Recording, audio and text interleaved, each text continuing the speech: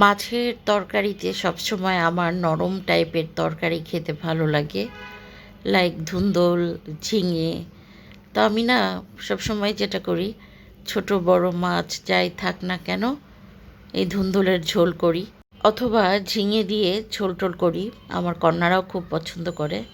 তো আমি আজকে রান্না করলাম, লাউ ভাজি করেছি একটু, আর ঝিঙে দিয়ে পুঁটি মাছ দিয়ে হাতে মেখে একটা চচ্চড়ি টাইপের তরকারি রান্না করলাম আর কি।